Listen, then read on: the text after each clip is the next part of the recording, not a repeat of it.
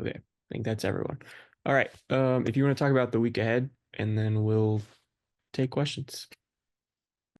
ACC, SEC Challenge, always fun. Kind of excited watching the men's get it started last night.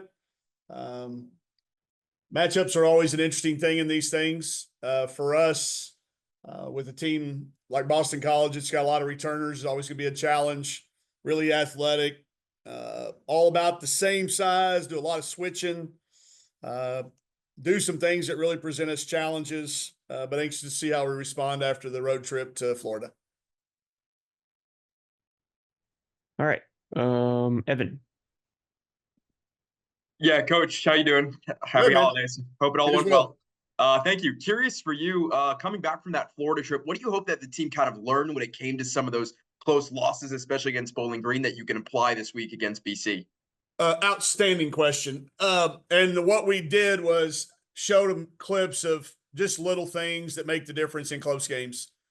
You know, you lose by 51 to UCLA. It's kind of hard to get their attention on, hey, this play really mattered. But when there were 13 loose balls, 9 of which we were closer to them on, and they got, talking about Bowling Green, and that's a 1-point game. With young players, sometimes stuff has to hurt a little bit to make some changes. I felt like the last couple of days we made some changes and some progress in those areas. And then also just to be ready. You know, Jenna hadn't played, had to guard a post player since she was at Farmington High School, maybe Melbourne, because she really didn't have to at Farmington because they had another big post player.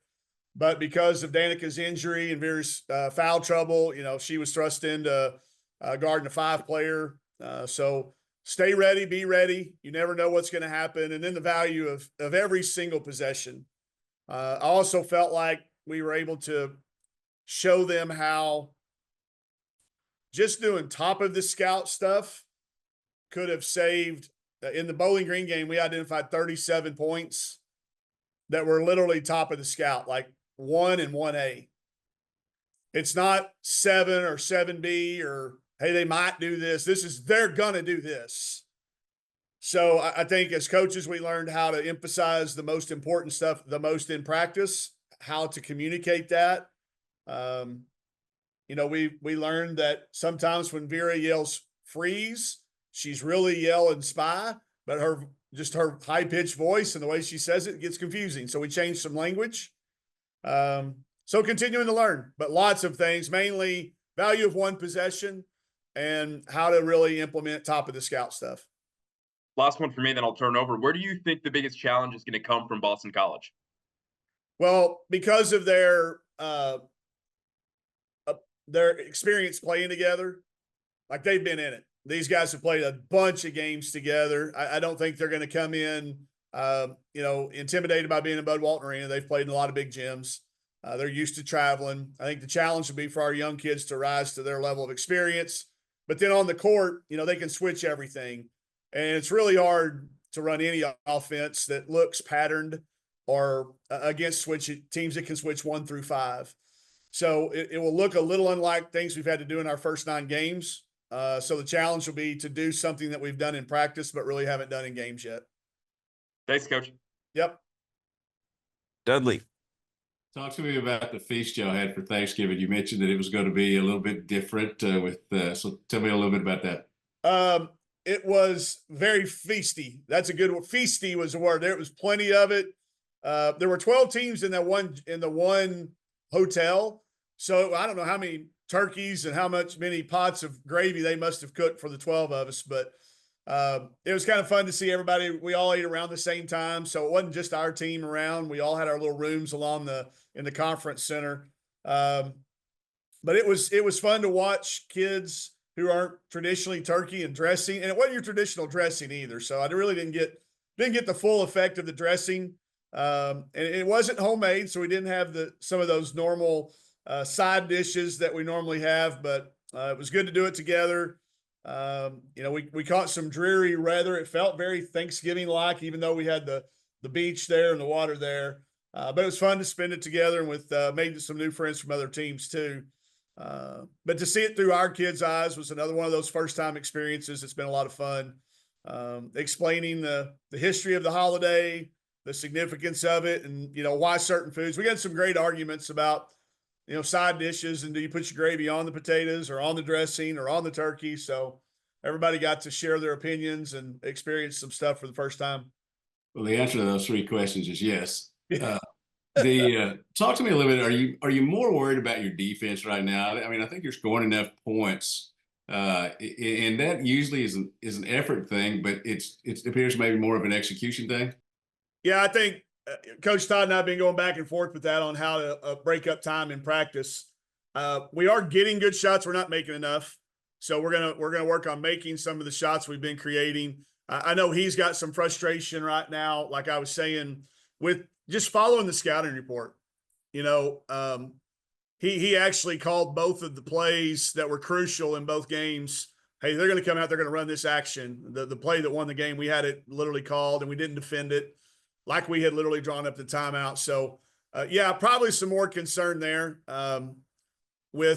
and again, we're having to play a little out of position, Dudley. Like, it's not fair to ask Jenna to go in and guard the kid that she didn't get one rep leading into the day. We thought we didn't know we were not going to have Danica until game day. So that was hard. Jenna got 0 reps, and we didn't have any opportunity there. So it was a little unfair to ask of the defense to do that. But I know he's really concerned with our ability to guard the ball off the bounce. That's the key to everything. If you can't guard the ball off the bounce, then now you're in rotation, and now rebounding's extra hard, which we're already not very adept at. So I think you're right. The defense is an area that I think we can see the most improvement the quickest. And then I think offensively, we've got to start making a few more shots. We missed a lot around the rim. We missed some opportunities. We started to get a little reluctant to shoot open shots, which I hate that sign of that, because that usually is a confidence thing. We had some open shots that we were reluctant to take. So we'll keep working at that, but I think we need a break. I thought when Jenna hit that 3, I know the game wasn't streamed, so you had to follow it kind of on play by play, but we took a timeout, drew up a play that was a counter to play we'd been running the whole game, and Jenna stepped back there and buried that 3 to put us up. And I thought, man, that's the over the hump moment we've been looking for. And then we get scored on, so you don't get the full feeling of execution. But I think we've still got a long way to go on both sides of the ball. But you're right. I think defense is where we can show our most improvement. Speaking of making shots, everything's still a go for Phoenix on the 15th. Yes. Yeah, barring I can't even imagine what it would be. She's starting to practice. On the days when we're not in full prep mode for our opponent, she's practicing in with our rotations. Then on the day before, she usually goes over and helps us simulate the other team's player. Starting next week, she was able to go on the trip with us because she didn't miss any class. She was actually able to go on that road trip with us, so it was good for her to get that experience. But yeah, she's starting to, in practice, get a considerable number of reps with rotations that you'll see when we play Texas Tech. Last question, Danica be able to play this game? Probably not. Don't know. It's day to day with her. And and KJ's doubtful too. Carly Johnson. So, and I say that just in preparation because, in the SEC, we're going to have to start releasing a player availability deal. So we don't have to do it right now, but I'm starting to try to kind of get in the flow of it. If we were to do it, I would list Danica as doubtful, probably out, and then Carly is doubtful. Thanks. You got it. Brett? I'm good. Oh, Ethan? Yeah, Mike, wanted to ask real quick, we've been talking about Jenna, just how do you think that she's stepped into this extended role, from last year, she spotted some minutes, so now she's really in a really critical role in your team. Yeah, she's handled it great. She is, she's kind of a fun kid to watch get coached. Like, I love, like when coach is on defense with her, like he's probably harder on her than anybody. And she just takes it, man. And it's great because it's an example to our other kids, and she's a great question asker. You don't ever doubt her effort. You're not doubting her effort. You're doubting her, we didn't teach it to you well enough, or can we teach it to you better? She wants to do everything right, but it's hard to learn multiple positions defensively. Probably it's harder to learn multiple positions defensively than offensively. I think she's a natural at that, but mean, there's a difference when you're guarding the 5 versus guarding the 4 or somebody we might switch with. So it puts a lot on her plate. I think she's getting more and more comfortable with it, but she's so coachable. You can literally, you don't have to think your words through very carefully with her. You can just say it. You can just come right out. Cause she's been coached, her high school coach coached her that way. It's the way she's been brought up. Tell it to her. She tries to do it. The fact that you're not having to coach her effort, is always a plus, because now you can coach the technique and the way to help. She tries to do the best she can, but it is really, really hard when you have to go from, maybe guarding a guard type kid to guarding a true 5 player like she did against Bowling Green. So, I was glad to see her shot go in. She loves to shoot.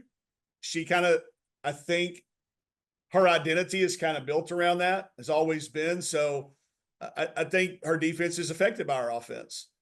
So if her shot's going in, I think she's probably going to get a little bit better defensively. So I hope those two things go, but you always worry about bringing kids along too fast. As freshmen, you can really break spirit. I'm not worried about breaking her spirit. I just don't ever want to hurt her confidence, by putting her in situations that are really, really challenging, that not a lot of other kids would even attempt to do. I think a lot of kids would try to, hey, can somebody else not do this job? How about, why am I having to do all this? So I'm proud of her for all that. I'm proud of her for the attitude she's had. She's also been thrust into a leadership position because of her on-court experience. She's got as much on-court experience here as anybody we've got. So, y'all know I don't like to label a kid based on how many credit hours they have in the classroom. She's a sophomore, but she's already, I think she's past that. She's played junior minutes now. So it's probably unfair of us, but we probably have senior expectations for her in her sophomore year. So, but I know she's ready for it. She's built that way. And I think I don't worry about crushing her spirit, because I don't think that's possible, because she's such a tough, strong kid. And then I know we mentioned Danica and KJ. I know Izzy's played through pain, it seems like, probably most of the year. What is she dealing with, and how have y'all navigated just managing her throughout the week? Yeah, I think she's been in pain for the last couple of years. It's one of those overuse injuries that just comes up on kids when they've played the number of minutes they have, and it's in the lower part of her body, which is a pounding deal. So the way we manage it is we are very specific in the number of reps she gets in practice on the days that she's full go. Because of her experience, it's okay to hold her out sometimes, which has been good for us, because on those days we hold her out, that gets Phoenix those reps, which she's going to get. So it's worked really hand in hand, putting her over there on the side, watching it with us. She does not have to go through something 4 or 5 times to know what we're trying to do. One good rep, one full speed rep. Now that's her individually. I think it does hurt us as a team to not have the familiarity of working at as a unit. But I think it gives our other kids an opportunity to look to be counted upon for a scoring option, because obviously we do a lot through her, not only for her to score, but pick up 5, 6, 7, 8 assists a game. We went back and charted. She would have had a couple of double doubles this year, a near triple double the one game when she had the rebounds. But if we make more shots behind her passes, so but she is certainly in pain. But she knows the difference between injury and pain. For the college kids go through, it's manageable. There's not a situation where we're worried about doing anything long term.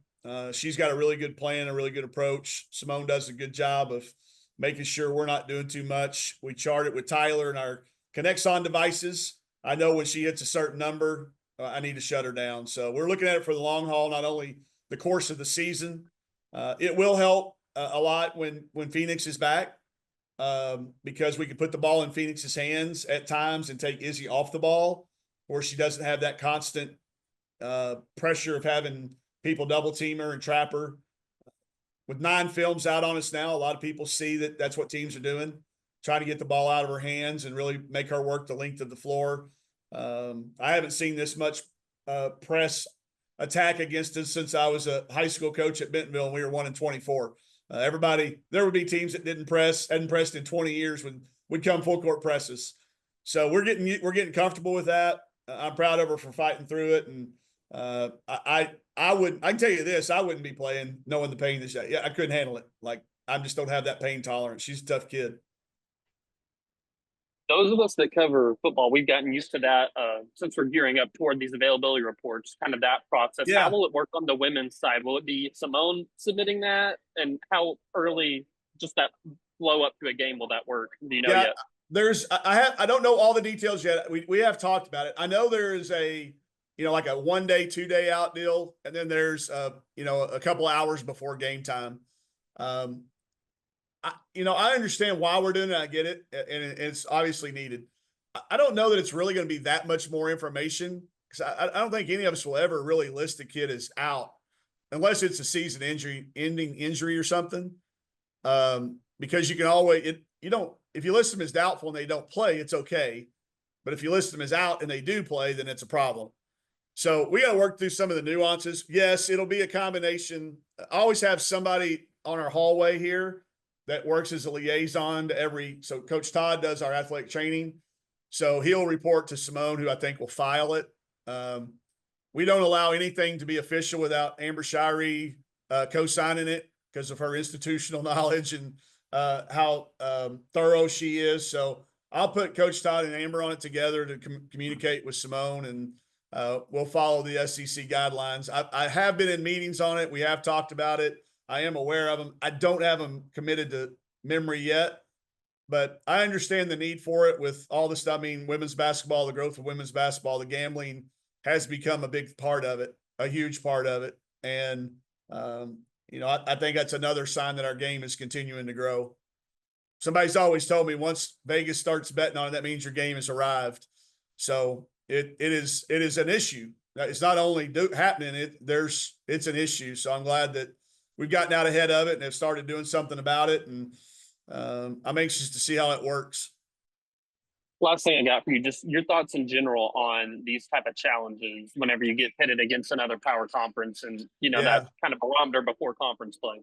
I love them. It really helps you in scheduling because, every year you're going to have an opponent, of a light conference, usually pick somewhere in the light parts of your league. I think when they probably scheduled this game, it would have been a great matchup for a couple of veteran teams.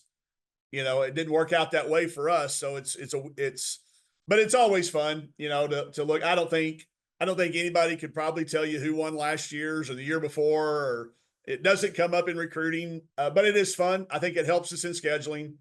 I think it helps everybody know that you're going to have an opponent locked in on a year-to-year basis. I'm glad it's with the ACC because of, the quality of their teams.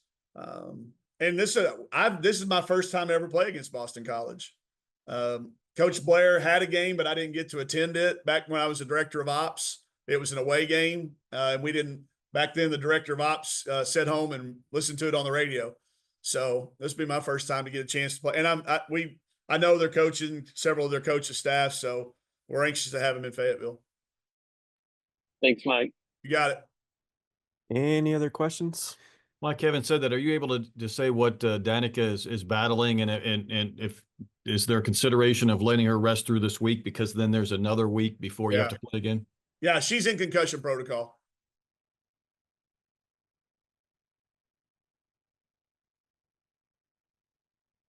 But that's a day-to-day thing. Once the doctor says they're able, I just listen to them. I am no expert when it comes to brain stuff, obviously. So if they say they can play, we'll do whatever they say. But yeah, if it was borderline, Brett, certainly. But we need her back. She had really started to get into our rotations and developed into an important role. So we need her back. That'll allow everybody back to their natural spots. Josh? Thanks, Fuller. Hey, Coach, last thing, is there anything that maybe nobody's talking about that you really want us to highlight on the broadcast? Wow. Really good question. That nobody's talking about. I don't know. Fuller, can you think of anything? I'm trying to think. Everybody does such a good job following us. I'm still recovering from the Baller TV. Ooh, yeah, I had people calling me, y'all made a great comeback. I was like, no, we were ahead. We blew a lead, guys. So yeah. Anything that's not getting talked about?